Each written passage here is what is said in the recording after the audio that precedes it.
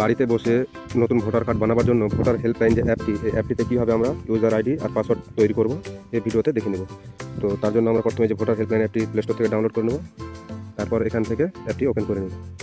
Open করার পরে এরকম একটি ইন্টারফেস আসবে, দেখতে পাচ্ছেন নিউ রেজিস্ট্রেশন, এই অপশানে ক্লিক করব। তারপর এই নিউ ভোটার রেজিস্ট্রেশন এই অপশানে ক্লিক করব। তারপর দেখতে পাচ্ছেন এখানে নিউ ইউজার, এই নিউ ইউজারে ক্লিক করে নেব। তো যাদের আগে থেকে আইডি পাসওয়ার্ড বানানো আছে তারা এখানে মোবাইল নাম্বার আর এখানে পাসওয়ার্ডটি দিয়ে লগ ইন হয়ে যাবে। তো আমাদের যেহেতু বানানো হয় তার জন্য আমরা নিউ ইউজারে ক্লিক করে নেব। নিউ ইউজারে ক্লিক করার পরে দেখতে পাচ্ছেন এখানে ইন্টার ইউর মোবাইল নাম্বার, এখানে একটি মোবাইল নাম্বার বসাবো। আর এই নম্বর বসানোর পর এই যে সেন্ড ওটিপি এই অপশানে ক্লিক করে দেবো। এই অপশানে ক্লিক করার পরে মোবাইল নাম্বারটাতে একটি ওটিপি যাবে। তো চলুন দেখে নেওয়া যাক। আমাদের মোবাইল নাম্বার বসানো হয়ে গেছে, তারপর আমরা সেন্ড ওটিপিতে ক্লিক করে দেবো। সেন্ড ওটিপিতে ক্লিক করার পরে এরকম একটি ইন্টারফেস আসবে। তো দেখতে পাচ্ছেন এখানে আপনার ফার্স্ট নাম চাইছে, এখানে ফার্স্ট নাম বসাবো, তারপর এই ঘরে লাস্ট নামটি বসাবো, আর এখানে একটি পাসওয়ার্ড দেবো। তো পাসওয়ার্ডটি কীভাবে দেবো, এই যে দেখতে পাচ্ছেন ডিসপ্লেতে এরকম মিলিয়ে বসাবেন।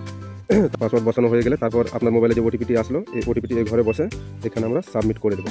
চলুন, সাবমিট করার পরে আপনি যে মোবাইল নাম্বারটি দিলেন সেটি হবে আপনার ইউজার আইডি, আর পাসওয়ার্ডটি যেটি দিয়েছিলেন সেটি পাসওয়ার্ডে আবার কীভাবে লগ ইন করবো এর জন্য আমরা ভোটার হেল্পলাইন অ্যাপটি আবার ওপেন করব। তারপরে এই যে ভোটার রেজিস্ট্রেশন এই অপশানে ক্লিক করব। তারপর দেখতে পাচ্ছেন এখানে নিউ ভোটার রেজিস্ট্রেশন, এখানে ক্লিক করব। তারপর আপনি এইখান থেকে যে নিউ ইউজার থেকে যে আইডি পাসওয়ার্ড বানাচ্ছেন সেটা দিয়ে এখন লগ ইন করে নেব। এর জন্য মোবাইল নাম্বারটি বসাবো, তারপর এখানে পাসওয়ার্ডটি দিয়ে দেবো। পাসওয়ার্ড বসানো হয়ে গেলে এখান থেকে সেন্ড ওটিপিতে ক্লিক করব। সেন্ড ওটিপিতে ক্লিক করার পরে আপনি যে মোবাইল নাম্বারটি দিয়েছিলেন ওই নাম্বারে একটি ওটিপি যাবে, ওটিপির ঘরে বসিয়ে নিব। ওটিপি বসানো হয়ে গেলে এই যে নিচে দেখতে পাচ্ছেন লগ ইন নাও, এই লগ ইন নাও ক্লিক করে নেব।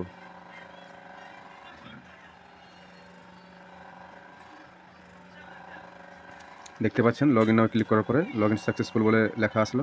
এখন আমাদের লগ ইন হয়ে গেছে।